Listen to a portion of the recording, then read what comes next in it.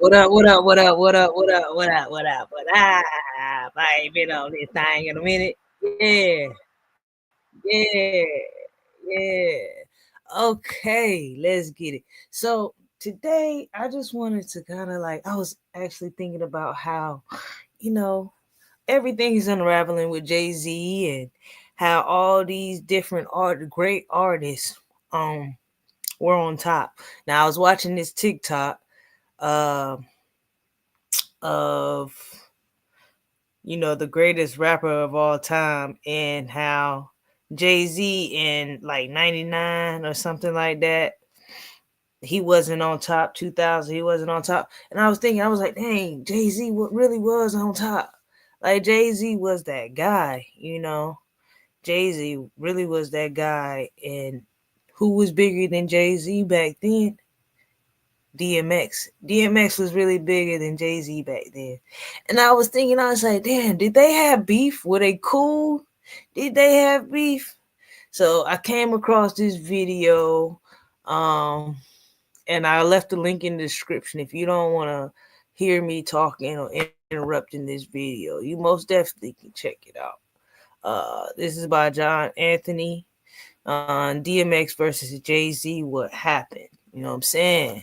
Let's make that big screen so you see what I'm talking about. If you can't find, just click the link in the description. Finally learn how to do that. So yeah, let's watch this. Let's watch this because I was like, damn, did they have beef? I don't know. I think they had beef, but I'm not for sure if they had beef. Y'all know the story already, you know what I'm saying? Turn this thing Used to up. be my dog, you was in my left, screenwriter die, I thought you would die with me, What happened was, like I said, I had the crazy track record, Def Jam, everything was good. I go to do the 6th album, and, Jay-Z somebody became else president. Yeah. When he first got the job, he hit me with the call like, yo, dog, MH just running the building, like, yo, you good? Finish the album, shoot the video. What happened? Let's go on vacation and we don't know. What you mean you don't know? He was so competitive with me. I never met a human being more competitive with me, like ever. Not even my big brother, like no one. We met battling. That's how we met. We was in the Bronx in the pool hall. After that. Okay, so they met in the Bronx in the pool hall, and I mean, when I can tell you the difference between Jay-Z and DMX is the same difference between commercial Drake and Kendrick Lamar. That shit that's going on right now. This is why I brought it up. And another reason why I brought it up is just it's kind of how it was crazy how his life turned out, and all this stuff coming out now about what they did in order to keep their positions in power. It's just kind of making me think about it and go back. Has anybody ever done a video on this type of stuff? And yeah, Mr. John Anthony did it. Salute to you again. But it's just kind of questions, and I kind of want to know more about it. So let's keep going. Battle. He went to like a show. He got on stage. Jay-Z, where you at? I was like, this guy's nuts.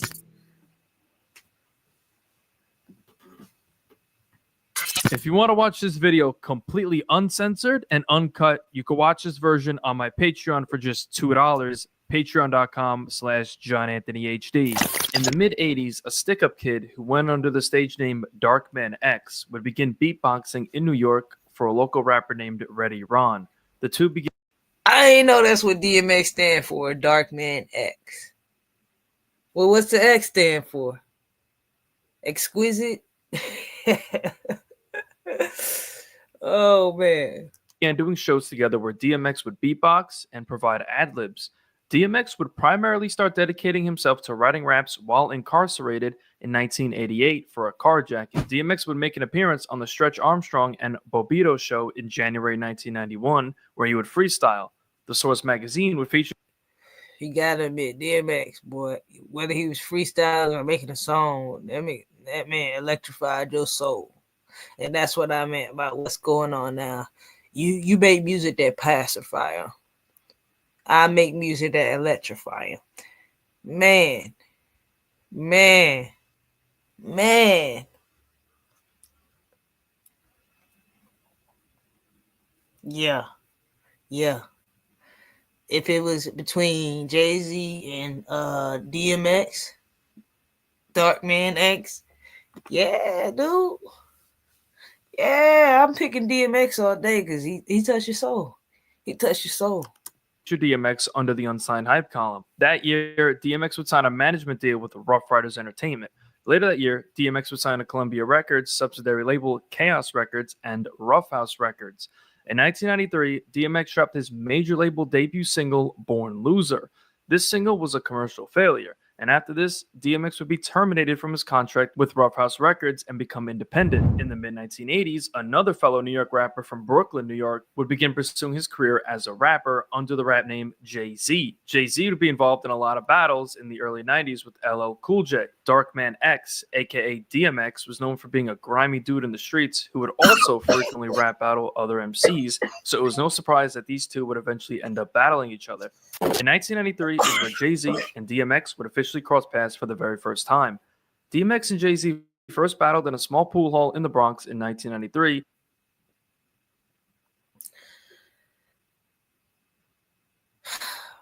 I was going to say something. While Big L actually filmed, but Big L only managed to film Jay-Z's portion of the battle. Jay-Z the greatest, back and I shook up the world. I let up the spot like a glow in the dark clock. My job. Hold on, who is Big L? Let me see. Let me see if I can find out who Big L is. Let's see.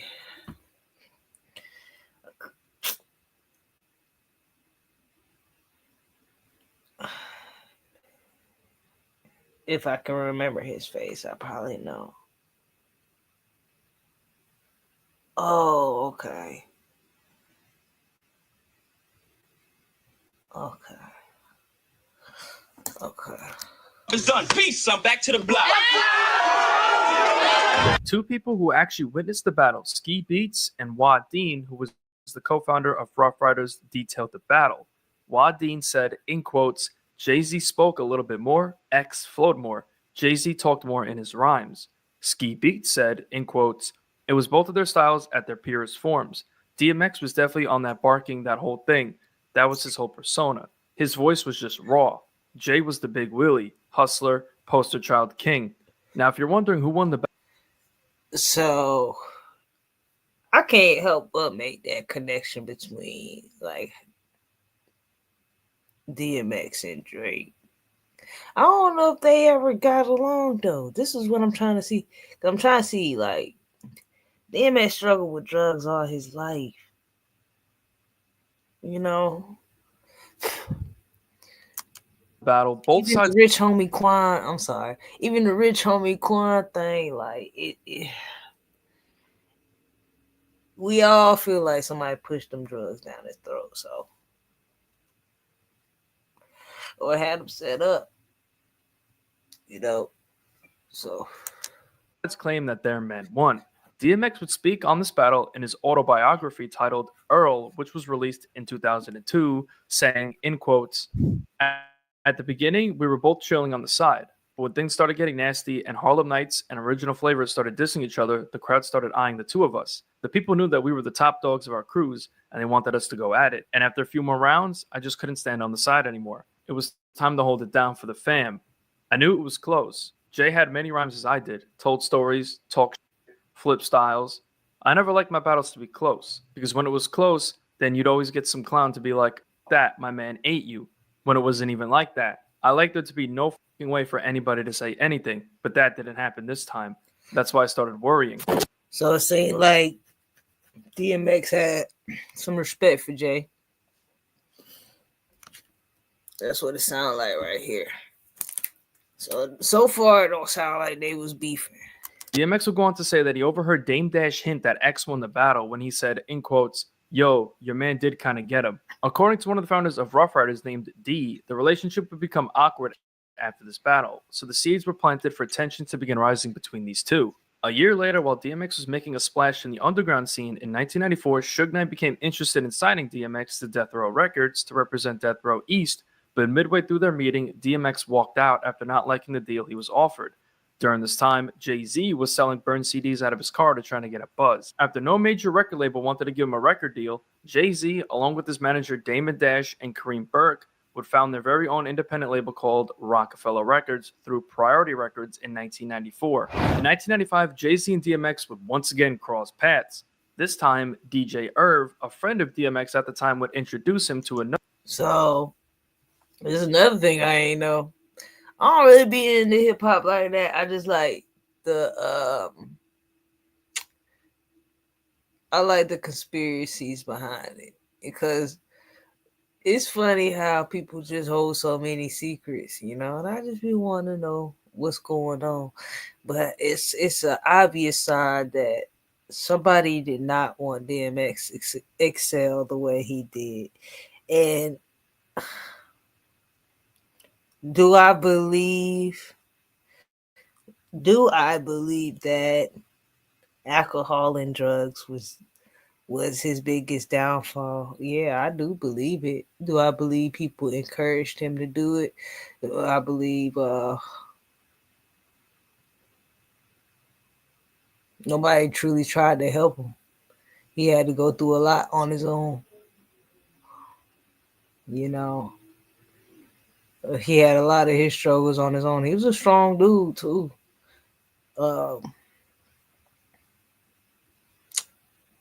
It was just, man, it was crazy how he went out. It was crazy how talented he was, but how addicted to drugs it was. I'm just kind of looking at Kanye West's situation. I compare everybody who actually made it out and could survive and actually look at that, look back and tell their story on what happened. And you kind of wonder. Black Rob as well, like he another guy you kind of wonder about. Did they really do what we think they did to him, or was it truly on Black Rob?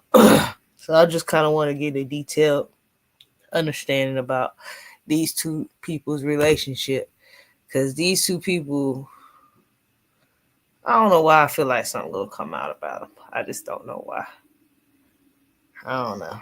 Some just told me to look this up, and here I am, looking it up. Let's get another New York rapper named Ja Rule. At the time, Ja Rule was a part of the group Cash Money Click. Irv had also recently been working with another New York rapper named Mike Geronimo. Irv would contact DMX to feature on Mike Geronimo's track called Time to Build, which was released on November. Geronimo was a part of the original Geronimo was a part of the Apache tribe. Born June 16th as my birthday. Yes, sir. Yeah. When I started learning about him, I was shocked that, the guy I picked to learn about, Geronimo,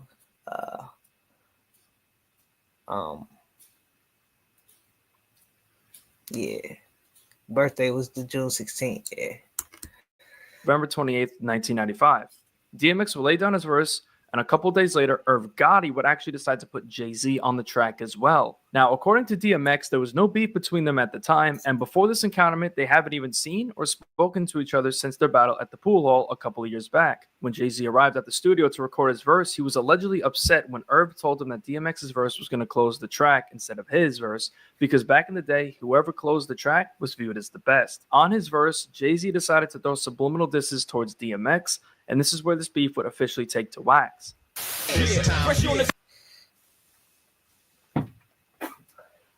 Oh, so they did have a beef. Jay-Z took the first shot because basically his boss said, his partner, my bad, his partner said that,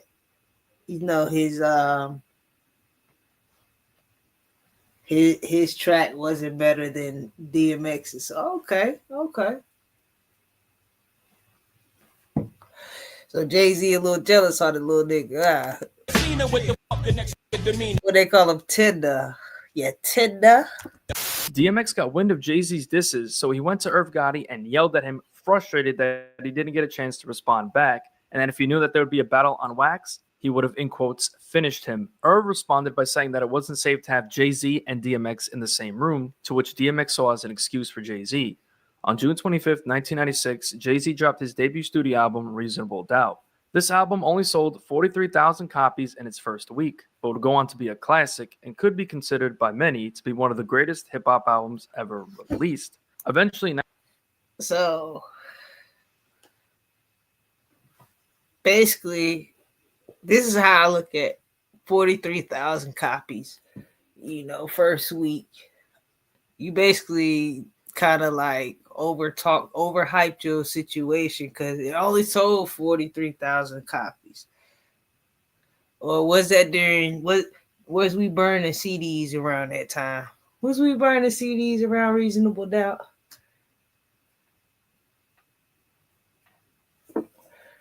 Wait. Hey Siri, what year did Reasonable Doubt come out? Nah, we wasn't burning CDs around that time. So that was 96. Yeah, nah, we wasn't burning CDs. We started burning CDs around in 2000. So 46,000 copies. He kind of pulled a Drake move on that. The reason why I say that is because he had control.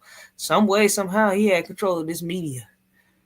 And if you think about it, back in the day, Rockefeller, that name carried weight. So, yeah, let's get it going. 1997, Jay-Z would ink a new distribution deal with Def Jam, and that year he dropped his second studio album, In My Lifetime, Volume 1, on November 4th, 1997. This would be Jay-Z's official Def Jam debut, and the album went on to sell 138,000 copies in its first week. Earlier that year, in May of 1997, DMX would also sign to Def Jam after DMX's close friend at the time, Irv Gotti, introduced X to the then president of Def Jam. The next year, on May 19th, 1998, DMX dropped his debut studio album, It's Dark and Hell is Hot. This album was an instant classic, selling 251,000 copies first week, debuting at number 1. Double that nigga. Doubled them.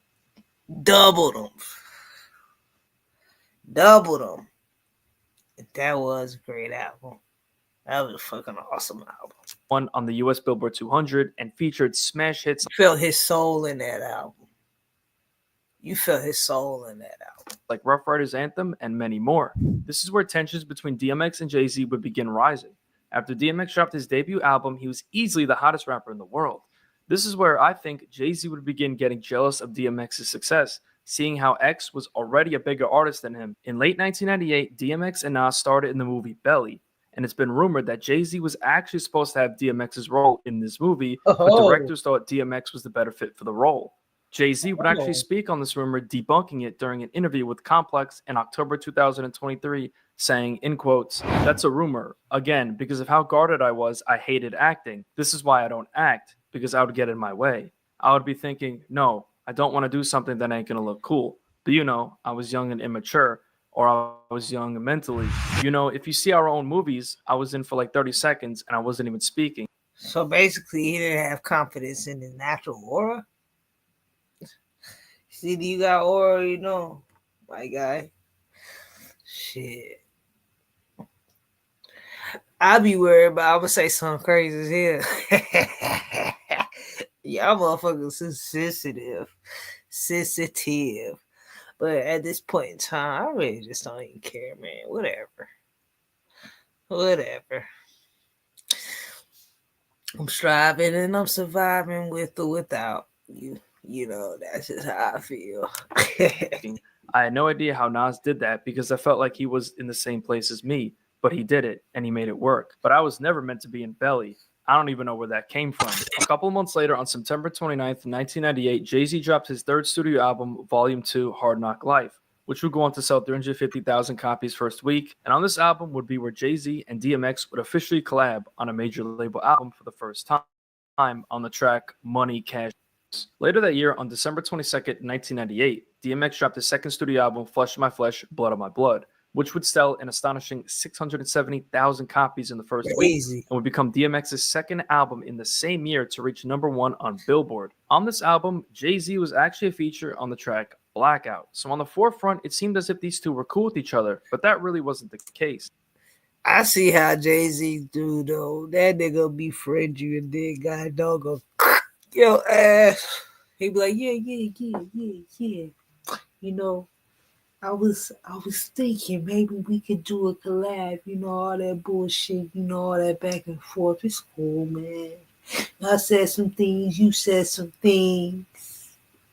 It's been some things, but I ain't tripping if you ain't tripping. You know what I'm saying? Nigga, look out. Alright. Because this shit, I ain't had no beef in the first place, I just kind of like, responded, It was just all in the love of the sport, you know what I'm saying? The love of the sport. It's cool. Yeah. I know that was a horrible impression, but so what? That's funny to me, bruh. And his ass, boy, it be funny. It be funny. It just be funny how they niggas be doing that shit. You know what I'm saying? So, yeah. So I see how Jay-Z move. Jay-Z will sneak your ass. Learn your moves, be your friend, learn your moves, and then cut you out. Cut your legs off. That's how Jay-Z move. Yeah. As egos kept rising, so did the tensions between the two. The next year of 1999 is where DMX and Jay-Z would go on the Hard Knock Life tour together alongside Ja Rule. Backstage on one of the... That's another thing I ain't think about. He kept himself close to DMX. So he would know about his alcoholism. He would know about the drug struggle.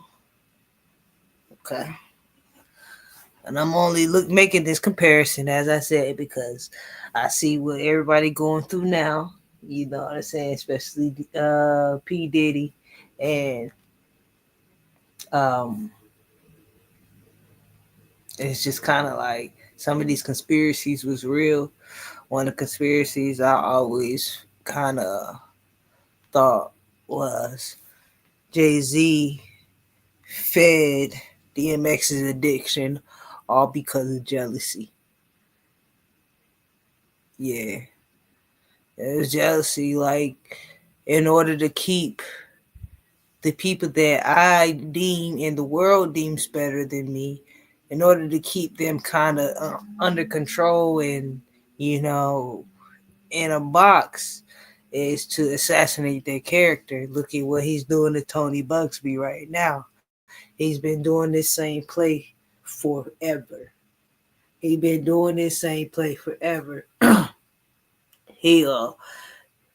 see that he'll try to compete with you. Once he see he can't compete with you, he'll kind of like start trying to like devalue your stock, devalue your name, feed your addictions if you have any.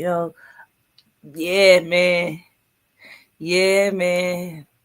That's why I said, ooh, hold up on this thing right here that's going on with this lawsuit that's involving Tony Bugsby. Cause like, hey man, let me hear the facts. Cause he got a son that kind of look like him, and he ain't took no DNA test for that. So I'm on your ass on that one. Like, until you take the DNA test, I don't know if I could believe you on anything else right now. And I'm gonna give you the BOD, benefit of the doubt. If you say something that can clear up what's going on here, that makes sense to me, but you attacking somebody's character ain't cool with me at all. So, like I said, I mean, everybody got flaws, even you, nigga. You can't call nobody out on their flaws. The shows during the tour, DMX and Jay-Z were caught on film freestyling together. What they all say, niggas can't stop me with rumors. I'm turned strong all day, stocks flowing. Sweatpants, boxes, bulging, holding it down on the corner of my block, posing. My spot on it, drop the price of the culture. Throw the competition out, let the dough flow back. Cops is closing in. I can do the time, but what's really on my mind ain't no holes in the pants. I play the low end, try to make it hard to find me. The best still trying to build the case since 93. Bring it back, come on, B. Bring it back. Pop, you already know what I'm doing.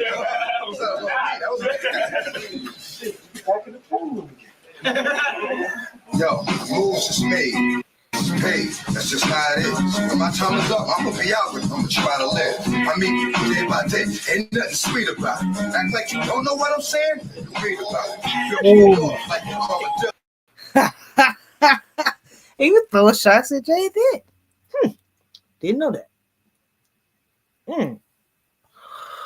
Most definitely was. Smoking your ass, shoot through the pillow. It's real. Manic depressive and my head hurts. Yo, give me your dough and your hit. Take these fuck hot things. I got things that make spin. Put that in the wind where you never see niggas again. I bless the nigga with stitches with thin tight. And a straight razor will put pinstripes across your windpipe.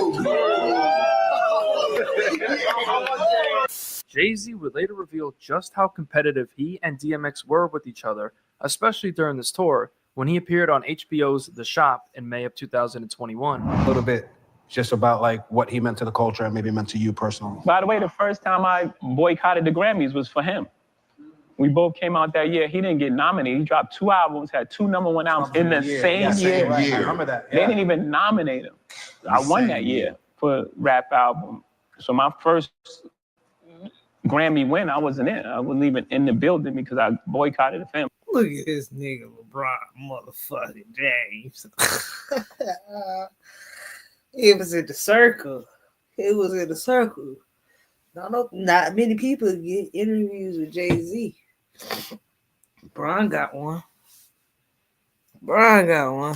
So there was a competitive thing, but it was big love. He was so competitive with me. I never met a human being more competitive with me, like ever. Not even my big brother. Like no one. We met battling. That's how we met. We was in the Bronx in the pool hall. After that battle, he went to like a show. He got on stage. Bron a little starstruck, that motherfucker. He looked starstruck. Jay-Z, where you at? I was like, this guy is nuts. He was just all passion. My fondest memory of DMX is he improved my stage show. Remember, rap tours wasn't going out at that time. There's no rap tours before. Maybe the Fresh Fest in the 80s or sometime, but there's no rap shows. Me, DMX, Method Man, Redman, Child, The Lox, this tour is packed. First night, 360 sold out.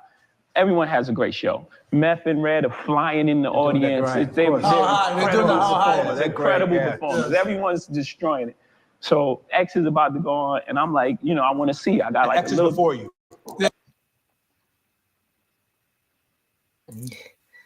I wish that DMX was here to say his side too. I won't like he waited till everybody was gone to speak on this situation, on certain situations. X is gone before him. The lights are up. He's in the hallway. I had this. He goes, doom, doom. Yeah. And now the arena's shaking. And I'm like, this is cool. Yeah, I remember this. And then it goes, doom, doom. And then he goes, and the arena goes crazy. First of all, it's deafening. And I'm like, oh, shit. He's running back and forth. He has a thing like an Alizé and Hennessy mix. It looks like blood. It's like he's drinking blood, right? And he's running back and forth. 1, 2, 1, 2. Here we go, 1, 2. And going halfway through the show, then he takes his shirt off. The girls are screaming, ah! And the dog chain. Yeah, the dog chain is dripping and he's going nuts, right? And I'm like, this is halfway through. Now first the guys are going crazy. Now the girls are going crazy.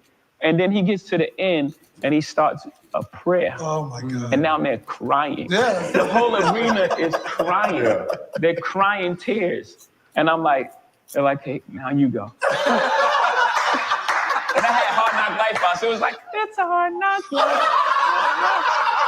Put your hands up, people.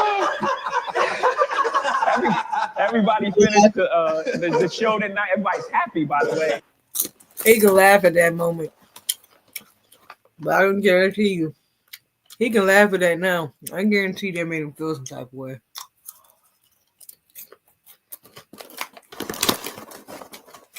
After that day, I would have said, all right, let's switch. You give me the closing act. I ain't no hater and be like, nah, I'm gonna keep my shit.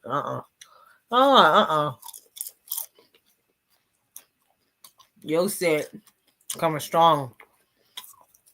Your set coming strong. I'm gonna need you to close that. I'm a business. I'm business before anything. I'm gonna need to keep my stock value up too, you know? And I was like, we got 56 dates of this shit? And I was like, but I had to figure, I'm like, okay, I have to figure out my space in this. Yes. You know, I have to figure out where do I exist. And I was like, in my opinion, in my mind, this is what I believe. I was like, he can't rap better than me. So on that tour was the most acapellas ever. Everything was, cut the music off. I'm the Duke. 1999, What I tell you. Hey, man. A narcissist like that can't handle nobody else giving them attention. You know what I'm saying? Like, that's crazy, bruh. DMX, Jay-Z, and Ja Rule would form the supergroup known as Murder Inc. As a collective, they didn't last long before the group ultimately disbanded. There's multiple reasons as to why the group didn't work out. For one, DMX had issues with Ja Rule at the time for supposedly copying his style. If you want a full breakdown on DMX and Ja Rule's beef, check out my video I made on that beef. I'll link it in the description. I know how it is. I know both sides of that coin. I know how it is to admire somebody where you want to be just like them. And, you know, sometimes you just bite off more than you could chew. And I know how it feels to, like, I was just thinking about how, like, what I bit off, you know, trying to, you know, I wanted to walk in the footsteps, yeah, and just emulate the footsteps that he went through. And sometimes I don't like the fact that I asked for that, but it's a journey. And I'm okay, and I'm thankful for it, you know. But you know, on the other side, I can see how I don't like you stealing my style, because you are your own person. You have your own personality that you can, you know, entertain, because there's always unique qualities that everybody can appreciate about everyone. There's one thing about everyone that is different, and that is insane. You know, yeah. The other reason why Murder Inc. failed as a group is because of the egos of DMX and Jay-Z clashing. DMX and Jay-Z both wanted to be the leader of the group. And as I said before, in 1999, DMX was not only the hottest rapper, but easily the biggest artist in the world, and Woodstock 1999 is clear evidence of that. Jay-Z, seeing DMX being bigger than he ever was, clearly didn't sit right with him, which ultimately led to what was to come in the coming years between Jay-Z and DMX. In 2001 is where this beef would start to get heated. According to Nas, Jay-Z would tell him that DMX wasn't that great of an MC, basically calling DMX overrated. DMX would catch wind of this, and on August 7th, 2001, Jadakiss dropped his debut studio album, Kiss the Game Goodbye. On the track, features DMX, and on the opening verse, DMX would officially take to wax to diss Jay-Z, sending a subliminal shot saying that he gave Jay-Z the crown as the king of New York, only to shoot it off his head. I only gave you the crown so I could shoot it off your fucking head. Y'all is fucking dead. You heard what the fuck I said? Jadakiss also sent a shot at Jay-Z on the He must have had something on DMX, got him out of a situation or something to get him the crown. He said, I'm gonna shoot it up your head. Childish behavior. Childish, man. Childish. track when he referenced Tupac and Jay-Z's beef before Tupac died, saying he knows the reason why Tupac didn't like him. On the fourth, Hold up.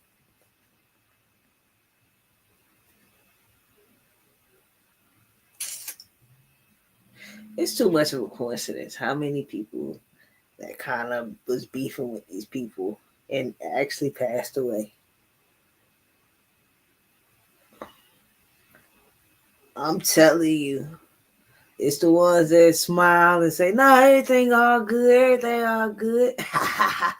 They be ready to cut your fucking throat for what you did, or how you embarrassed them. Mm, mm, mm, mm. I learned my lesson. I learned my lesson with an ex friend of mine. I haven't had that many friends, so I learned my lesson with that person. Because, like, man, they be ready to destroy you and try to step on you every chance they get. verse of the track, Jadakiss actually dissed Some people can't stand up against you.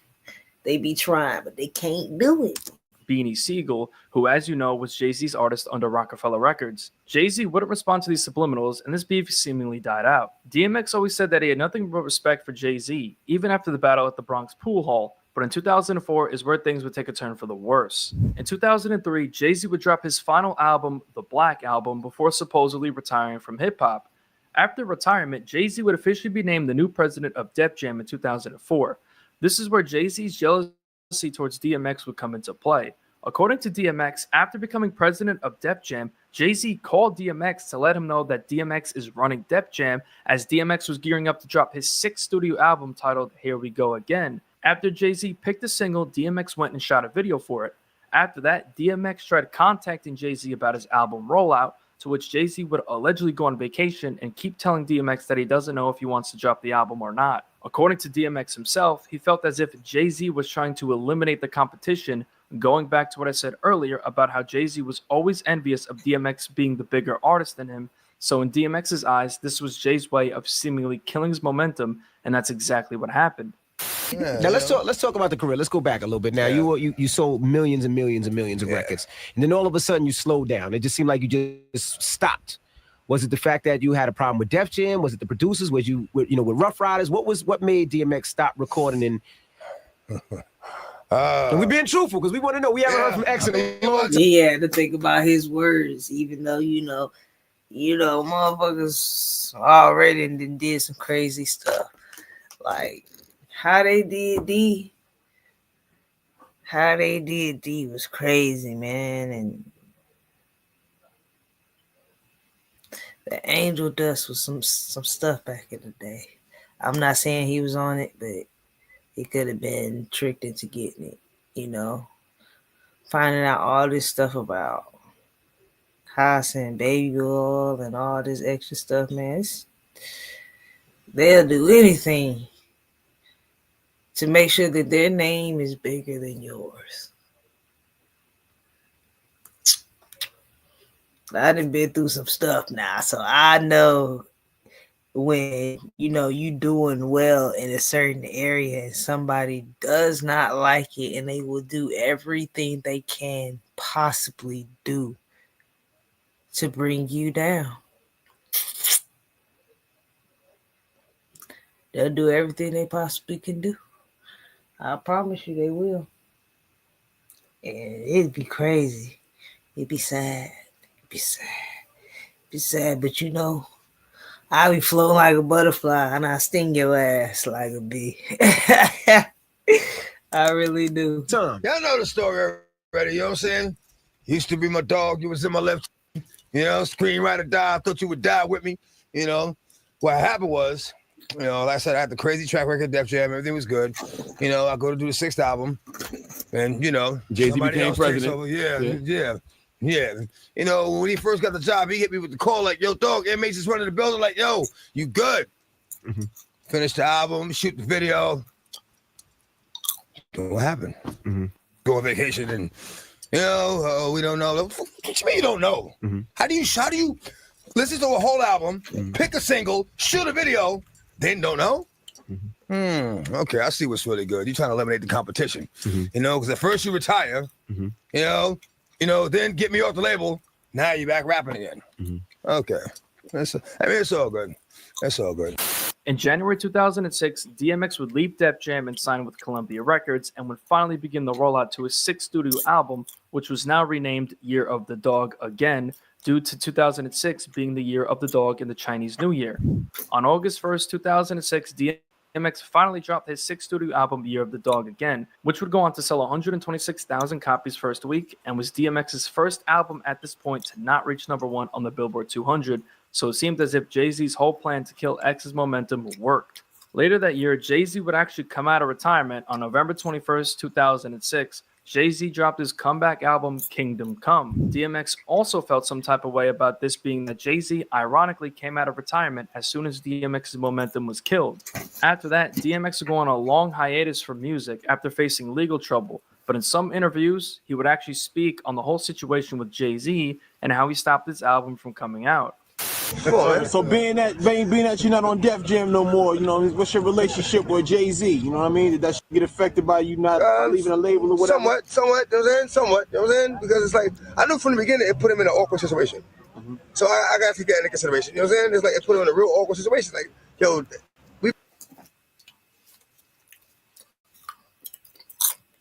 just like a good black man do. They try to look at the better side of things, the brighter side of things. And try not to think of his brother in that way. They try not to. They hear it in his voice. We've been, that's my dog for a minute, son. You know what I'm saying? It's like one of the few rappers I respected and was like genuinely happy to see him when I saw him. You know what I'm saying? And that's put us both in an awkward situation. Yeah. Awkward situation. You had the records together and all of that. I genuinely with him. Yeah. I think he tried to hold me down. Right. You know, but it wasn't much he could do. And then that comes with putting yourself in that predicament. You know what I mean? It's like, I ain't gonna put myself in a place where I gotta walk around with handcuffs. You know what I mean? You don't do that. You don't say, all right, I'll take a job, but I gotta walk around with handcuffs. Because they might punch you in the face. Then what you gonna do? You got handcuffs. You know what I mean? So it's like, you know, that is what it is, man. You gotta be a special type of nigga to understand who the fuck you talking about. But he basically was saying he understand why Jay-Z did what he did. You know, this is an awkward situation. And he had to do what he had to do. But everybody around that time thought, you know, because media was saying he was on drugs. But he was a heavy drinker. I don't know what kind of drugs this nigga did. Maybe coke. Maybe, I don't know. I'm just saying. But I know he did drink. I don't give a fuck. I'll tell you what I mean. Me and Jay had a battle. I got his ass before I got signed. Got his ass in this. So this was there. You know, snow. In the pool hall in the Bronx. You know. Sure. I put him after that. And had respect for him after that. Until he became the president of Def Jam. And I ain't gonna say too much more about it. But you know what it is. There's a difference between doing wrong and being wrong.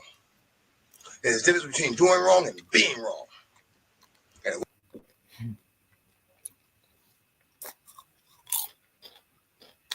Something about to come out about these two.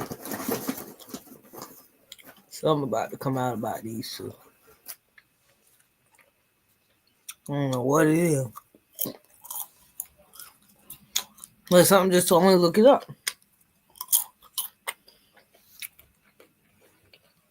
Somebody about to say something.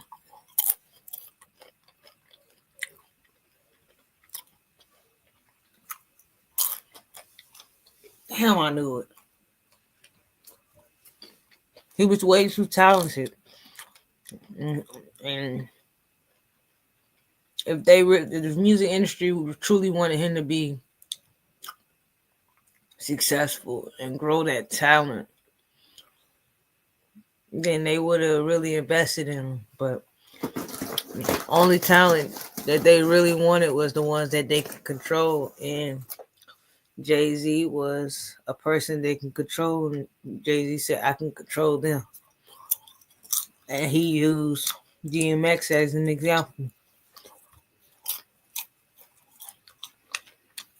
What's about to come out? At one point, you were being wrong. Right? Rare. Right? But niggas can't do it like we could. Niggas can't do it. Niggas couldn't do it like we're able to. We're artists. Jay is a talented motherfucker. Don't misunderstand me. He is talented, but there's no heart behind it. There's no soul behind it. It's motivated by money. Strictly. He is talented, but it's strictly motivated by money. I did this, I got that, I did this, stage show. This. That's all. And I And so, if Drake was outperforming this guy, being motivated by the same thing, Drake was beating him in every accolade.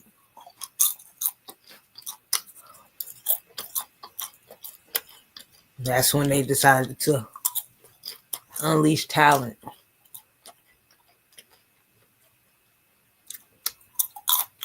You not and checking Drake and telling him you're not talented. Like we created you. This is real talent. We've been holding this back so that we can push a certain agenda, and you are not listening to me, my friend. I'm gonna have to treat you like I do these other people. And that's even if I gotta go ahead and put talent back up there and out there on the forefront just to stop you, I'll do it. Y'all run this shit. Wow. That's all you have to give?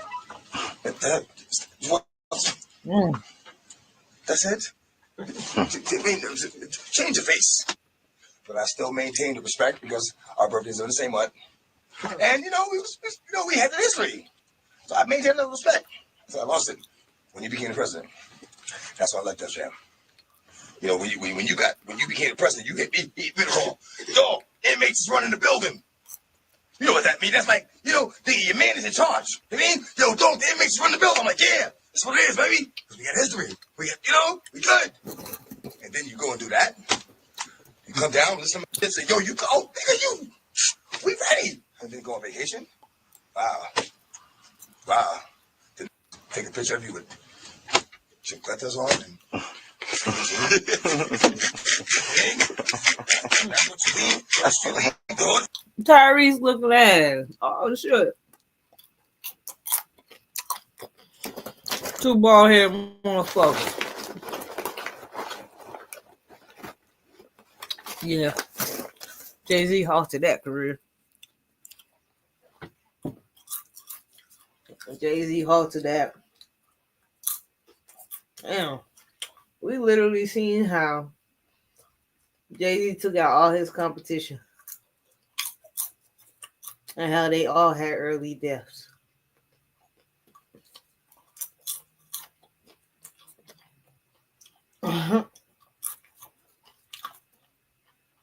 All Jay-Z competition who really went up. Like he said, Jay-Z talented now. But he motivated by money. And Jay-Z had somebody who studied his style. He the greatest right now. Damn. Took a shot at his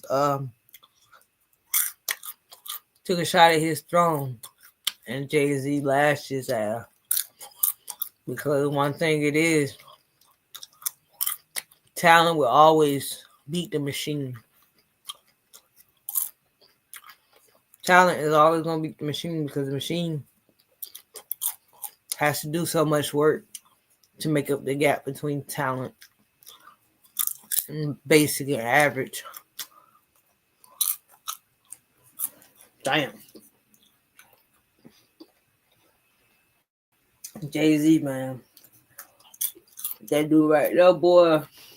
That dude right there, man, that's a grimy motherfucker, boy. That's a grimy motherfucker. He said, hey, I ain't got no problem with you. We good. Man, listen. That was just competition. No hard feelings. Yeah. Whole time, that nigga still competing with you. Getting you comfortable. Feeding you shrimp and lobsters and shit. Steak and lobsters and shit. And all the meantime, he like, yep, let that guard down. Yep. Yeah, you think we cool now? Yeah. He calling me. Ha ha ha. Yeah, nigga. I got you. All the time he working on the play. So 3 up you. Hit that 3-pointer on your ass. I'm up, nigga. What? We competing in all areas.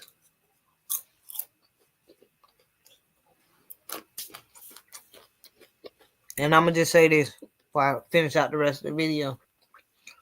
To the black men who have hearts like DMX, start wanting to be leaders and stop being scared of your power. Son? You mean? That's what you walk out on your man for, son? With some flip-flops? Serious? Serious? I respected you, son. That nigga look like he been saying my Shayla all his life. My Shayla. Oh, my Shayla. Face ass nigga. Real talk, man. I respected you, yo. I'm in my feelings about that. I'm in my feelings about that. I'm hurt behind that one. I don't talk about it. I told you, nigga. I told you, that man will hurt by that shit, man. That man will hurt, cause I thought you was my dog, nigga. I thought you was my dog. I ain't never talked about it, but I'm hurt behind it. On November 15th, 2010, DMX was performing at the venues in Scottsdale, Arizona, where he would diss Jay-Z on stage saying, in quotes, New York to AZ dudes must be crazy. I'm the dog. Jay-Z. What do y'all think is the state of the rapper you see right now? I mean, you know, I'm an artist, so I kind of have biased views, but I think most of you dudes suck. I think they not only suck, but they suck. Correct me if I'm wrong, but we're real people. But we got all these dudes talking about Bentleys and mansions and pool parties. We don't got that shit, son. My take on this is, if you got Patron in your cup, good for you. You got a bitch you want to fuck, good for you. You sitting on 24s? Good for you. You got Lamborghini doors? Good for you. Because at the end of the day, I ain't got that shit. I don't really give a fuck if you got that shit, because you ain't giving it to me. On August 16th, 2011, Tape Masters Inc. dropped the mixtape I'm On One Part 2, which had a track called Otis Freestyle, which saw Busta Rhymes and DMX actually rapping over the beat for Jay-Z and Kanye's song Otis. After that, this beef completely died.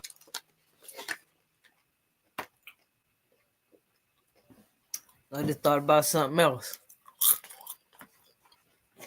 He ain't like Drake either. So the fact that him and Drake had beef, I told you, Drake was on Jay-Z ass when it came down to cultivating stuff and how he wanted to build. He was really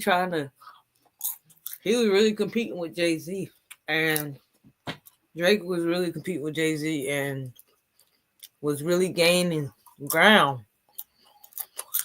Jay-Z, that was his last result. Kendrick Lamar was his last result.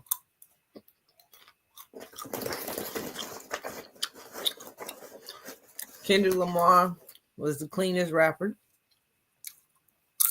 Stayed out of the way. Couldn't really, you have no dirt dug up on him. You know? So, that's all I'm saying. Yeah. I can see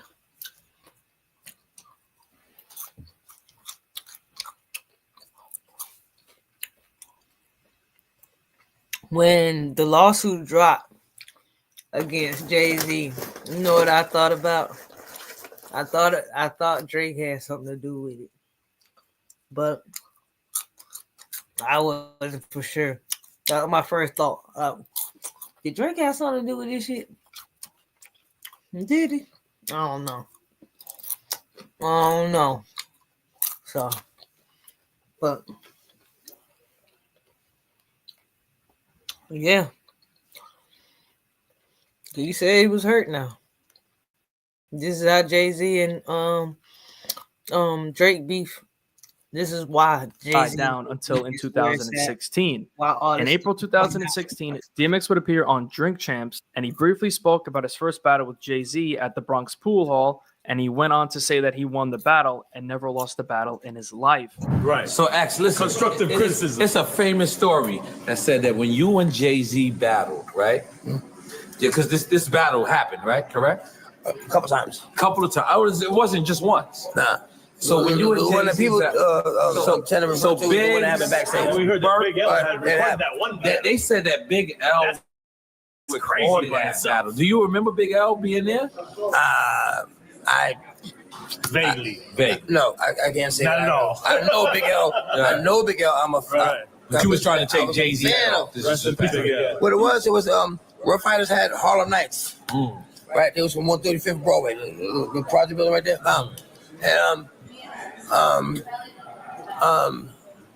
And J. Crew was original flavor.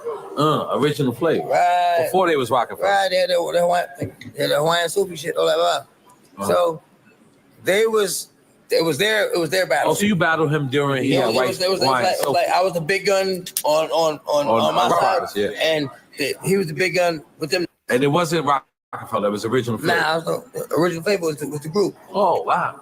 This is Group. So it wasn't no Rockefeller then. no Rockefeller. Nah, Dame Dash was there, Jay-Z was there, their whole crew, the original crew, whatever. Right, yeah. Hawaiian Sophie. So how you call it? Hawaiian Sophie. Yeah, that Hawaiian Sophie. Original Flavor was the name of the group. Right. Flavor. Right. Okay. And what? So let's just get One thing I will give Jay-Z respect for. Who won that battle? Okay. I've never lost the battle. I've never lost the battle. I never lost the battle. Never. On June 28, 2016, DMX appeared on The Breakfast Club. When he was asked if he spoke to Jay-Z since the beef and if he would reconcile with him. You and Jay do shots at each other before. Have y'all seen each other and dapped it out and spoke? Mm-mm. You burying a lot of hatchets, though. It could happen. Of course it could happen. I mean, Later that year, in October 2016, at Beyonce's Grand Finale World Tour in New Jersey at the MetLife Stadium, DMX, Ja Rule, and Jay-Z. Jay-Z looked like when he get mad, it's like this demon come in. You can see it in his eyebrows, right up in here. Right up in this area. Like a whole mass. This whole part. Ugh.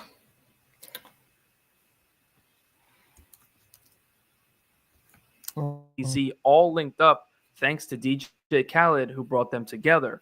Fast forward to May 2020 is where this beef would spark back up. On May 7th, 2020, DMX appeared on a virtual edition of the Drink Champs podcast.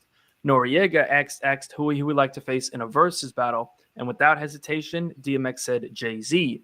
A couple of weeks later, Noriega posted a video of DMX on the phone naming potential opponents for his versus battle and would continue challenging Jay-Z, even referring to him as his arch nemesis. What about him? No one. Yeah, that's the thing on Drink Champs. Don't say that. Don't say that. Don't say that. Okay, well, don't say it. Huh? I'd rather go with, my arch nemesis. He don't gotta come outside. He gets in the house. You can't even go to basement place to records. Damn. Jay-Z ducked the smoke with him all the way up until his demise.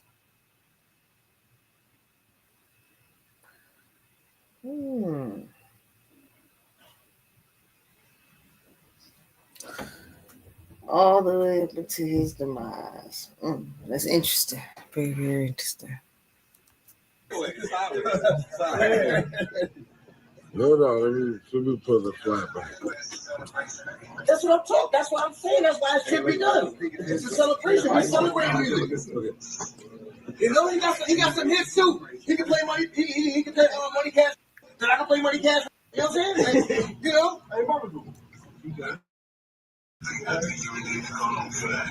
Okay. Well, no problem. Go. Go. Okay, so let me ask you a question. And this goes into the second question I was going to ask. Was there ever a battle between yourself and Jay-Z? Because there was rumors that actually happened in a pool room. I don't know if it was in y'all. Yeah. Instead of asking me, ask him.